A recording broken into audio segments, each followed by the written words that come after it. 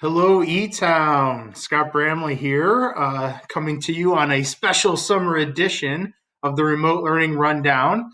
I'm here to talk to you a little bit about the instructional planning for the fall. You may have watched the board meeting on Monday and heard a little bit of the talking points about our tentative draft plan as of now. More details on that tentative plan will be coming out on July 17th. But I wanted to provide a little bit of context for e-learning, the potential for a hybrid situation, and some of the thinking around how we're going to look at instruction. So this is going out to our faculty and staff, our classroom staff at ETHS. I want to thank the EdTech team and the ETHS e-learning academy for this partnership. I'm kind of a guest speaker in the queue here as a special addition to the modules that you are all participating in.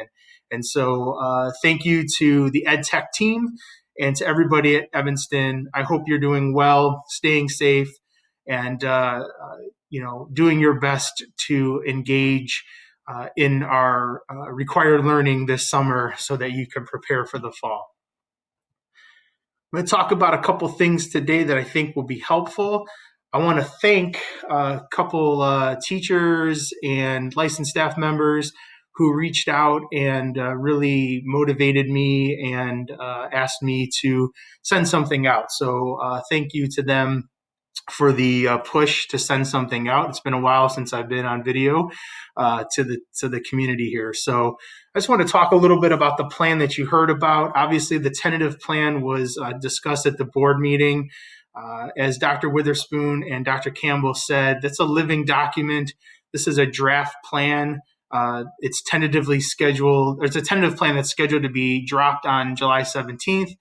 And in that plan will be some details about how we're going to reopen in the fall. What are the conditions for that? And then what might that look like for the instructional practice?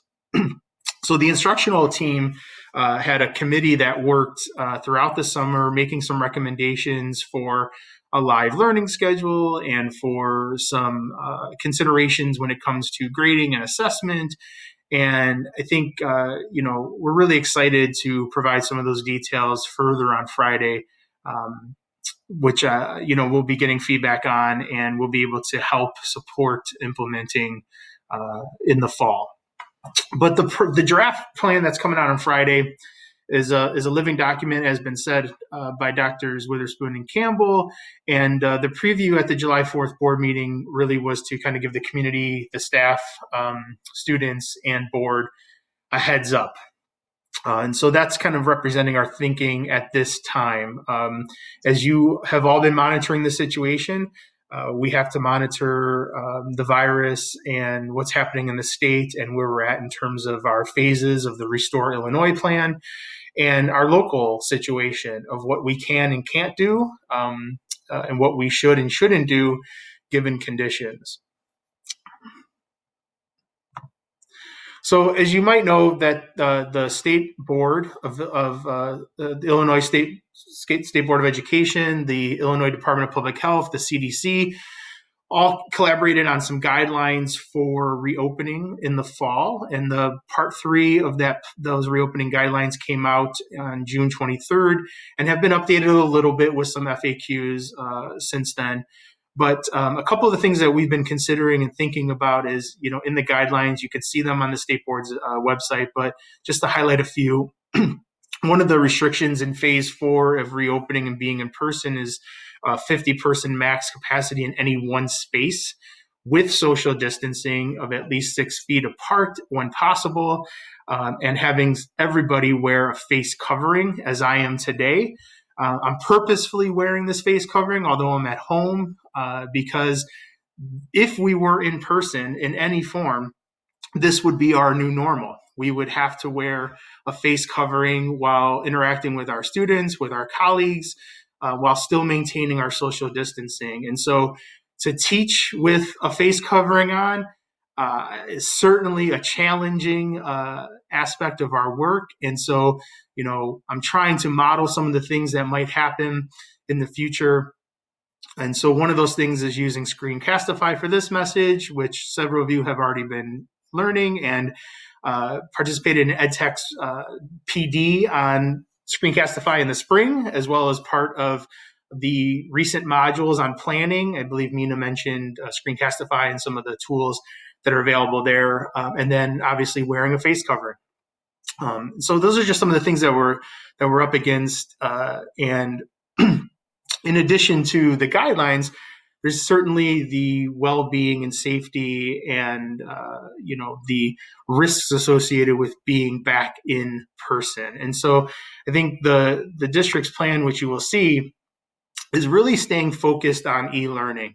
And if we happen to use a hybrid model at some point, I want to be clear that the foundation of our work still remains e-learning.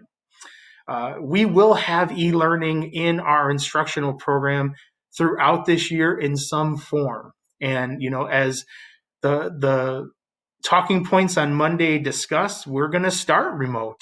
We're going to start with e-learning because that's the safest thing that we can do right now.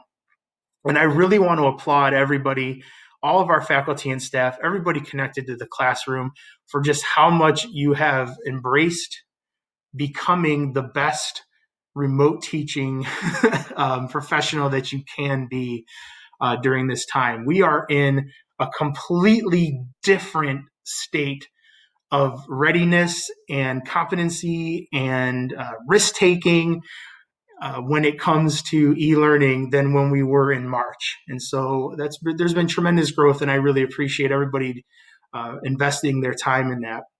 That's why the ETHS eLearning Academy is so important, because we're really establishing a core instructional pedagogy of e-learning that we'll need to use throughout this year. The possible hybrid that was talked about is a possible tool that we may go to when we feel it's safe to do that, if it's safe to do that. And just so you know, at ETHS, we've really looked at the guidelines. We've looked at the square footage in our classrooms. And as Dr. Witherspoon said on Monday, we can only accommodate approximately 25% of our students in the building at any one time. And so what that means is that even if we brought 25% of the students in the classroom on a given day, you still have 75% of your students engaged in e-learning each day from home. And so, the state board is requiring that we have 5 hours of instruction each day. That instruction can happen either fully remote, in a hybrid or blended, or fully in person. And it all counts the same, and any combination of that. So we're going to have school every day. We're going to have school primarily through e-learning. And if we get to a point where we feel we can bring staff and students back into the building for a hybrid, then you'll still have the majority of your students engaged in e-learning. So the investments you're making now and the investments you'll continue to make between now and August to enhance your e-learning instructional game, those are extremely important. And as I've talked to teachers, everybody is so invested in trying to do the best that they can for their students. And so again, your continued efforts to improve and challenge yourself to think about how you can structure your classes remotely is time well spent. I've mentioned some of this, but we've had several successes. E-learning in August is not going to be what e-learning was in March. And we also don't have some of the restrictions from the state that we did in March and April, where we, essentially some students figured out that they didn't have to engage in e-learning because of where they were with their standing in the class prior to COVID-19. And for a number of reasons, students, were unable to or chose not to engage. And, when we start in the fall with remote learning, we're in a much better position to where this is the school year. We're starting with remote learning. We have the opportunity to establish routines and protocols and expectations. We will be grading work. We will be expecting students to engage daily in their classes. And so that's really going to change, the way that we look at this. But one of the things that is so important is to recognize just how far we've come, and we are so well positioned to do remote learning now. And I want to thank everybody who has committed themselves to doing this. I have seen the engagement in the ETHS e-learning academy this summer. I saw the engagement in the spring with some of the PD offerings from our EdTech team.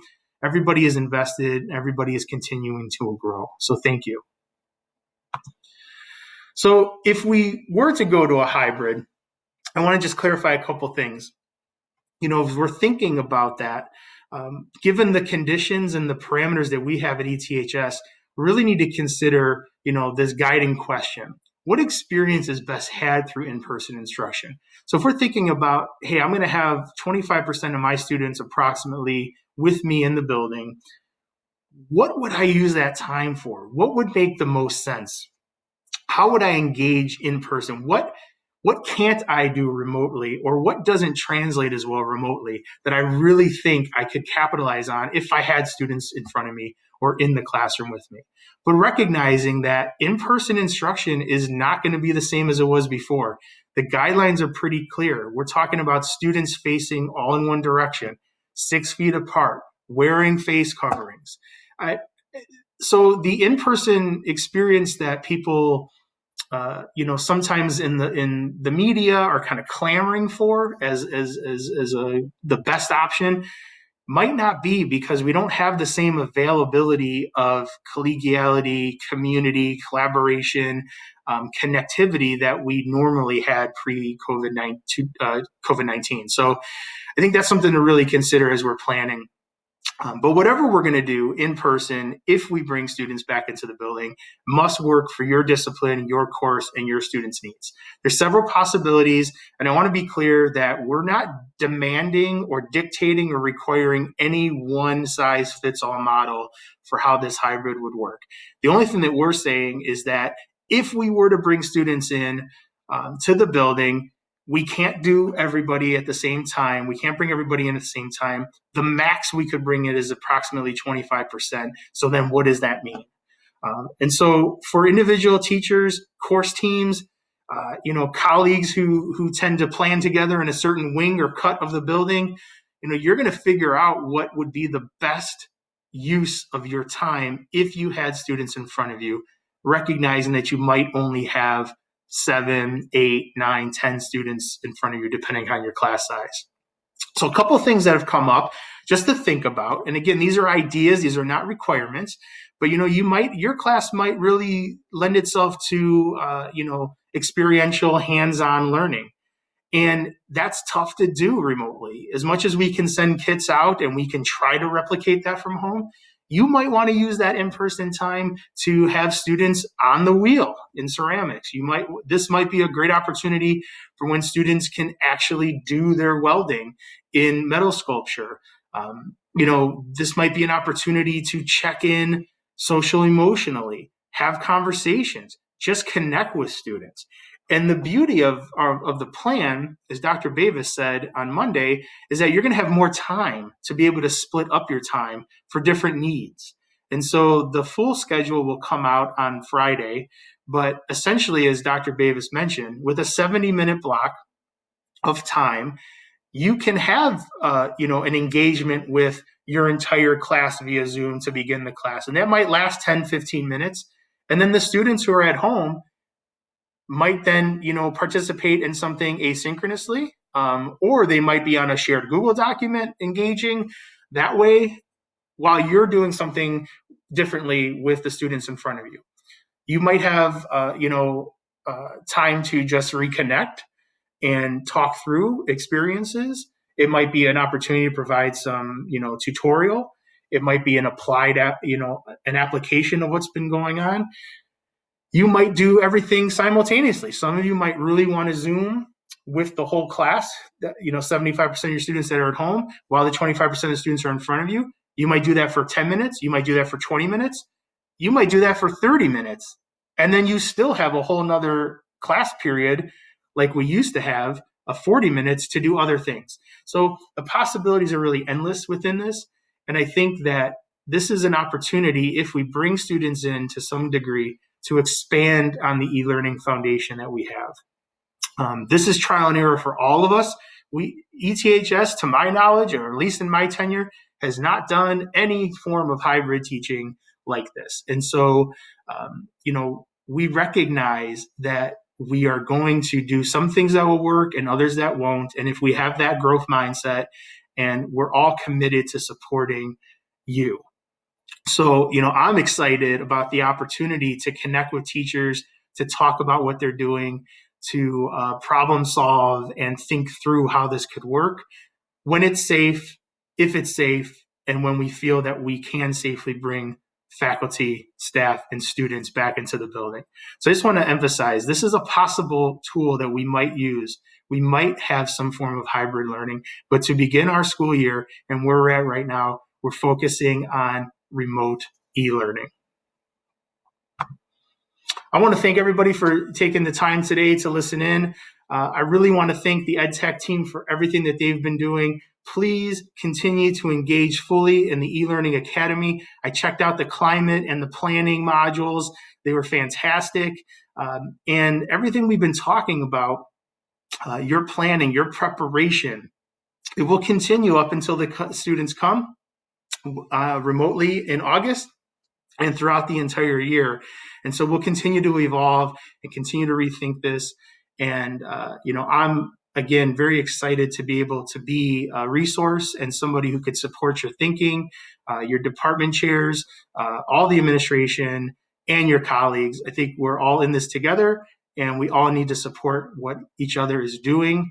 And that's going to mean some things will work and some things won't work. But that's also exciting because we're trying to do the best that we can for our students, and everyone's committed to that. So please do check out on Friday the tentative plan written out with some more details will be provided. And I hope that your engagement in the eLearning Academy continues to go well. I think another module is being dropped tomorrow. So I look forward to seeing that. Thank you and be well.